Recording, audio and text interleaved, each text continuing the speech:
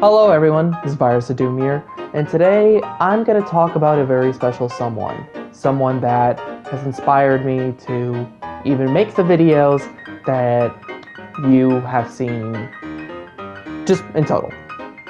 Now that man is none other than Coryxkenshin himself. Now about 4 days ago, he made a big comeback, pretty much breaking YouTube a couple times.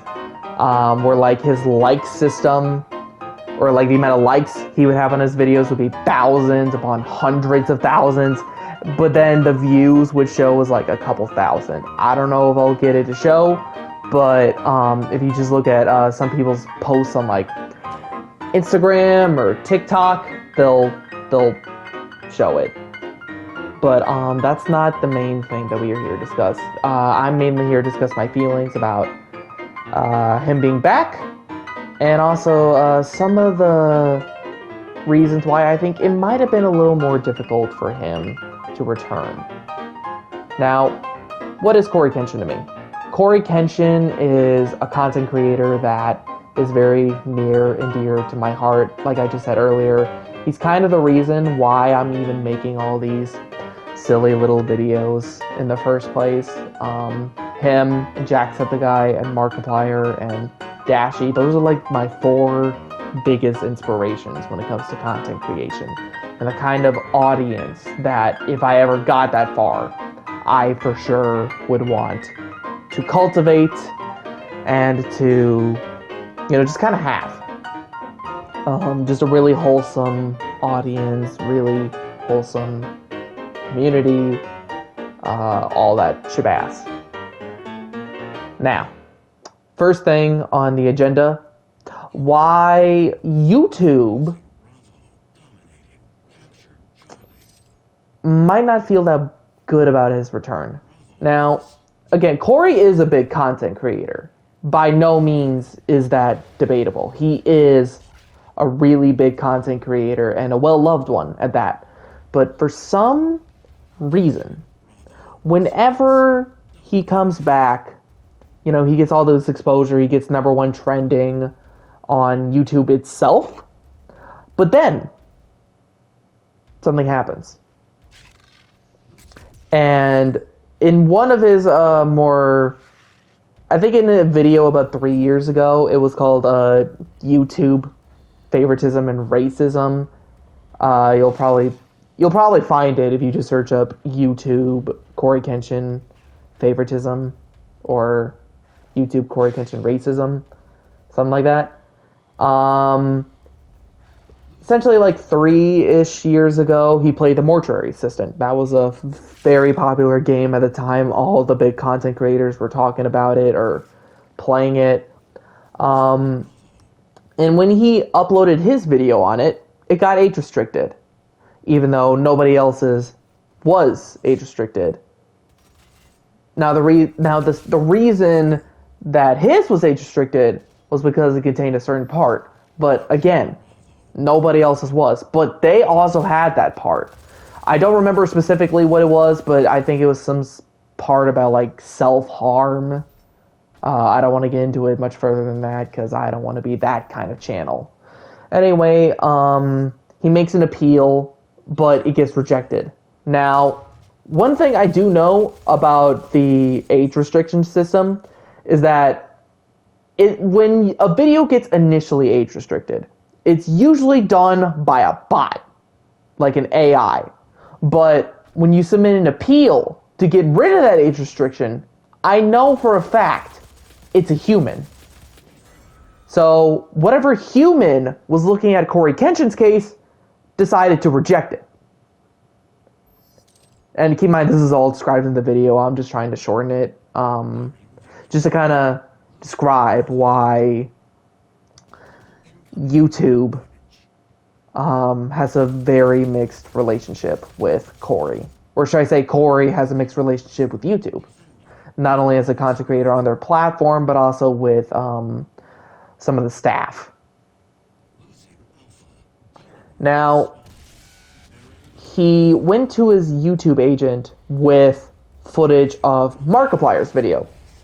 One, because Markiplier is also a bigger content creator, bigger than Coryxkenshin, and his video wasn't age restricted at all. And so, you know, they showed that footage to the YouTube policy team, and they were like, Cory, this is very interesting. You know what? We'll take down the age restriction. And initially, his agent was like, wow, look, Cory, look. The age restriction is gone. Isn't that great? But Cory was like, why? Why did they take it down? It was one thing, you know, if they explained to him properly and with effective communication why that age restriction was there.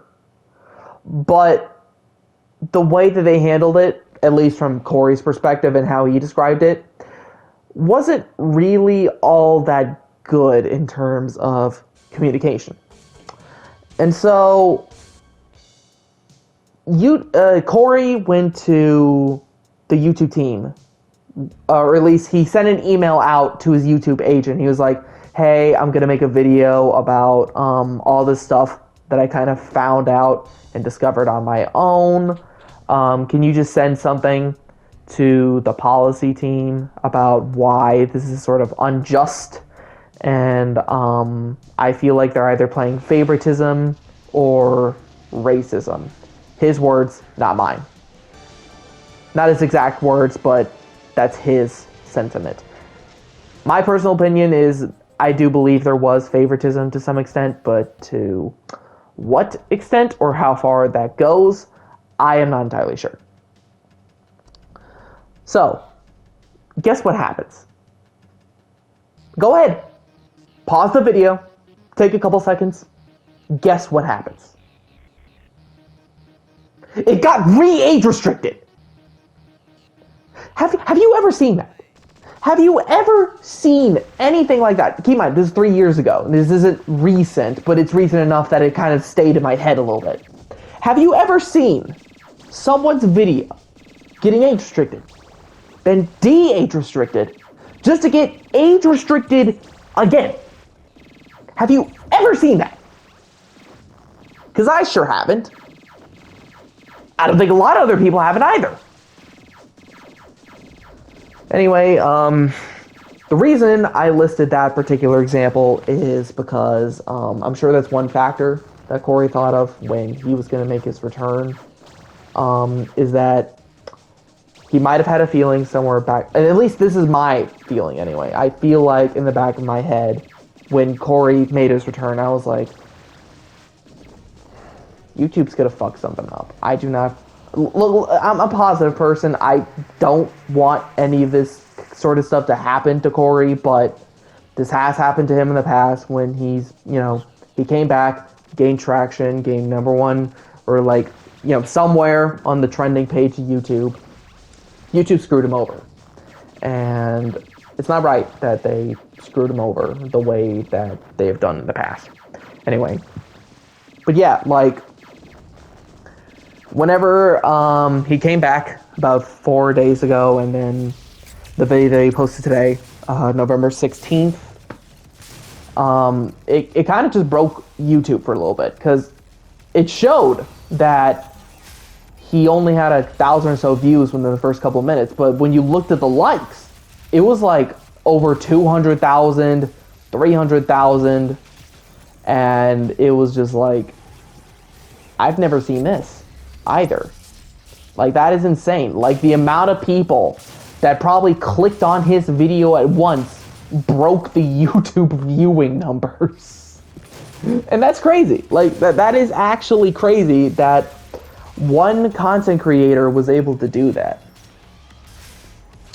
And on to my next point, which is the sort of toxicity that we have in the fan base, in the quote-unquote samurai community, which I am a part of. Now, again, I'm going to restate this throughout the entire video, but I'm really happy that Cory's back, and then he's able to work on his manga, which again is called Monsters We Make, which is why he's been away for a good bit, because he's been working on that.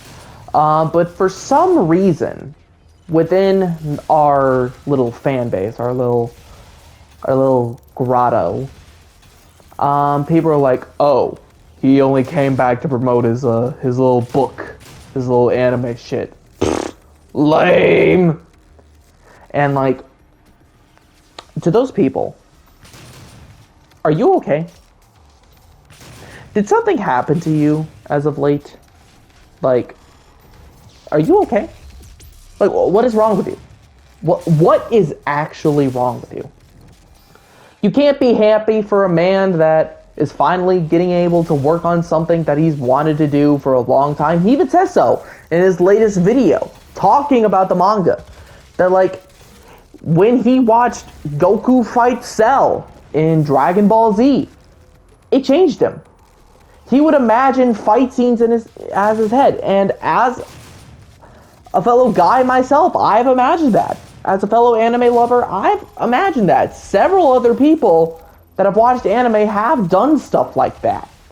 And so the fact that he's able to work on this dream, and that he's able to make it a reality, not just for himself, but also to show it to the people in which you would enjoy that the most, is wonderful for him. And yet, these individuals are just trying to drag him down. And I don't understand why. Like, I get it. It's been over a year. It's probably been like, if I had to guess, 1 year and 2 months. Let's just round it. Let's just round it all together. 1 year and 2 months that he's been gone. What is with the negativity? What is with this negativity that you're bringing into the space? Like, I get it. You know, he's been gone for a bit and he hasn't really given us an update. Would it have been nice for him to give us an update? Yes, of course. But here's the thing. He doesn't owe that to us. He doesn't owe us an update, you know, every little bit that, like, we get curious as to where he is. He doesn't have to tell us that. He doesn't really have to tell us that, like, he's been gone for so-and-so. So I'm just happy to see him, and like whatever feelings that you have about, you know, how he takes these breaks, just put them aside. For right now, just put them aside. Let the actual fans have their little moment. Like, you know, this man that like we've adored and that like we kind of see as our idol. Just let us have our moment. But yeah, I'm very happy he's back. Very happy that he's being able to get to do what he wants. Which kind of brings me on to my next point. Legacy YouTubers. YouTubers such as Markiplier and Jacksepticeye and Cory and Dashy. These YouTubers are not always going to be here. Unfortunately, they're not always going to be here with us to, you know, do the same kind of content that they've been doing for a while. And again, you know, doing all those gameplay videos and doing the things that these creators have been doing for as long as they have, you know. At that point, it's been like at least a decade or two. And they're not always going to be here with us. Like, yes, YouTube is, in the grand scheme of things, when we talk about jobs, YouTube is like one of the easier things you can do in terms of, you know, actual work. Does it take a bit on the mind? Yes, but if we're talking about like jobs and all the stuff that you could be doing for work, it's fairly simple. Like, I'm not even going to sugarcoat it. It's fairly simple stuff. It gets more complex depending on what kind of video you want to make, but at the end of the day, it's not that bad. But doing the same kind of stuff for however many years that these creators have been doing this, it takes a toll. It takes a very, very long toll on them and on the people around them. So when we think about these content creators and we think about the joy that they brought to us and all these things that they've kind of done for us, you know, as the viewers, especially as someone that is like a 2000s baby, and you know, you've grown up with these content creators when they were just kind of starting out, and you got to see them kind of grow into the person that they've become and the style of content that they do now. They're not going to be there forever. Nobody is. Unfortunately, death is never that far away from us, and we only have one chance at life. We only have one chance in this mortal coil to do our best and to live life the best that we ever can. So what is the message for this video? What is the ultimate thing that I am trying to say right now? Well, I will kind of leave it with this. At the end of the day, all these content creators, they're just people. You know, they're people that they have their own dreams, their own aspirations, their own things they want to do with life. So just enjoy the time that we have left with them. Enjoy the times that, you know, they might mess up a little bit, they might make some stuff that maybe they weren't necessarily proud of, but at the end of the day, they're just people that want to do their best to make us laugh, make us smile, maybe play some shit that scares us off. And I'm just very happy that Cory's back and that he's doing the stuff that he loves to do. And believe me, I copped that manga. Literally 20 minutes after that video came out, I was like, okay, I'm gonna buy this. Yeah, that's about it. Cory, if you ever see this for whatever reason, I'm sorry about my channel. I know it's not the best work, but I'm trying to. You know, I don't have professional software just yet. I'm actually editing all of this on the PS5, to be honest. But I try and do my best to make what I would enjoy and make stuff that the people around me I know for sure would enjoy. So I hope you all enjoyed this video if you watched it all the way through. Comment, like, subscribe, all that YouTube shabazz, and I will be forever a samurai. Bye everyone, and have a great day, or night, depending on whenever you watch this. You freak.